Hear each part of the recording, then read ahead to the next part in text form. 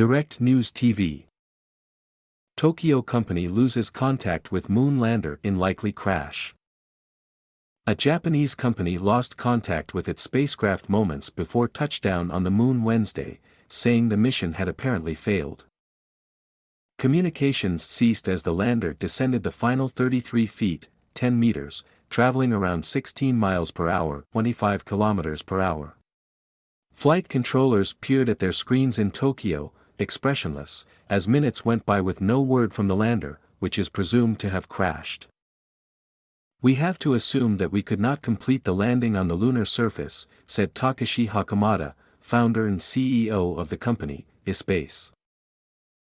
An hour later, he said he could not confirm the lander had crashed, telling the Associated Press that engineers should have a better idea later in the day of what went wrong. If all had gone well, his company would have been the first private business to pull off a lunar landing.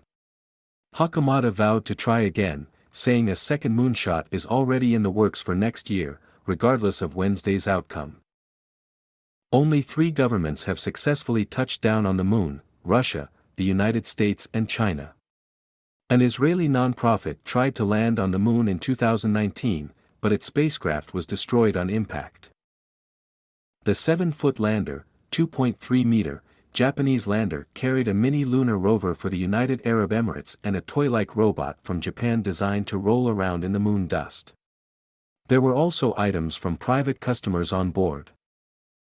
Named Hakuto, Japanese for White Rabbit, the spacecraft had targeted Atlas crater in the northeastern section of the moon's near side, more than 50 miles, 87 kilometers, across and just over 1 mile, 2 kilometers, deep. It took a long, roundabout route to the moon following its December liftoff, beaming back photos of Earth along the way. The lander entered lunar orbit on March 21. For this test flight, the 2 main experiments were government-sponsored: the UAE's 22-pound, 10-kilogram, rover Rashid, named after Dubai's royal family, and the Japanese Space Agency's orange-sized sphere designed to transform into a wheeled robot on the moon. With a science satellite already around Mars and an astronaut aboard the International Space Station, the UAE was seeking to extend its presence to the moon. Founded in 2010, iSpace hopes to start turning a profit as a one-way taxi service to the moon for other businesses and organizations.